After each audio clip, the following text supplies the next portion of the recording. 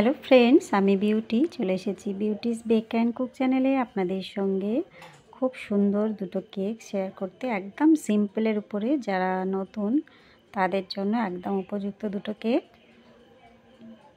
আমি এখানে সাইডে একটু রেড কালার নিয়ে স্প্যাচুলা দিয়ে লাগিয়ে ব্রাশ দিয়ে টেনে দিয়েছি, আর একটা হার্ট শেপের কুকি কাটার দিয়ে মাঝখানটায় একটা হার্ট ড্র করে নিলাম। এইটা হচ্ছে চকলেট গানাশ, তার সঙ্গে আমি রেড কালার মিক্সড করেছি, যদিও আমার এটা প্রয়োজন ছিল না চকলেট গানাশের, এমনি জাস্ট ক্রিম দিয়ে করলেও হয়ে যেত। কিন্তু একটা লেখা রয়েছে এখানে যেটা পুরোপুরি রেড কালারের হবে, সেই জন্য আমি চকলেট গানাশটা নিয়েছি। কেননা ক্রিমে এত রেড কালার মিক্সড করলে অনেক সময় ক্রিম মেল্ট হয়ে যায়, খেতে তেতো লাগে, সেই জন্য আমি এটা করে নিয়েছি। যাই হোক, এই লেখাটা কাস্টমারই পাঠিয়েছিলেন, মানে পুরো ছবিটাই কাস্টমার পাঠিয়েছিলেন, সেইভাবেই আমি ফলো করছি। খুব সিম্পল। এবারে যেখানে যেখানে মনে হচ্ছে আবার করে দিচ্ছি ঠিক করে। এইটা হচ্ছে কেকের ক্রাম, মানে আমার কাছে সাদা স্পঞ্জ এক্সট্রা ছিল, মানে যদি এরকমভাবে বানাতে চান আমি সেটাই বলতে চাইছি। সাদা স্পঞ্জ একটু মিক্সার মেশিনে দিয়ে দেবেন অল্প করে, তার সঙ্গে একটু রেড কালার মিক্সড করে দু একবার মিক্সিতে দিয়ে ঘুরিয়ে নিলেই এই সুন্দরভাবে ক্রামের সঙ্গে এই কালারটা মিক্সড হয়ে যাবে।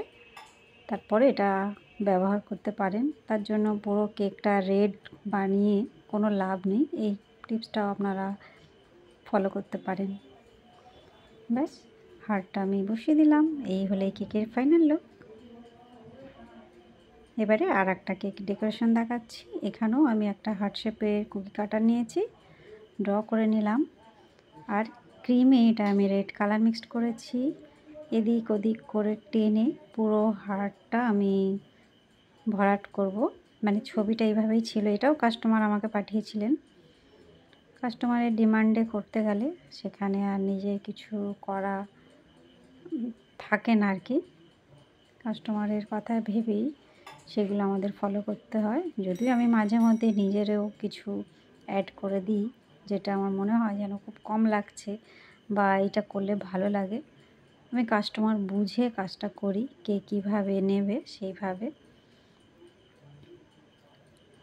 এই যে এটাকে ভরাট করে দিলাম, আর সাইডে আমি ছোট ছোট করে হার্ট বানিয়ে দিচ্ছি।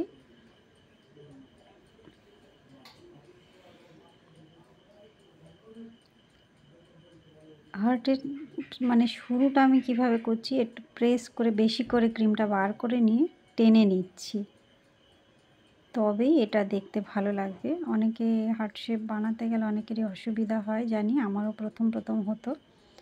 তারপরে আস্তে আস্তে আমি ট্রিক্সটা ফলো করি কিভাবে করলে ভালো লাগবে।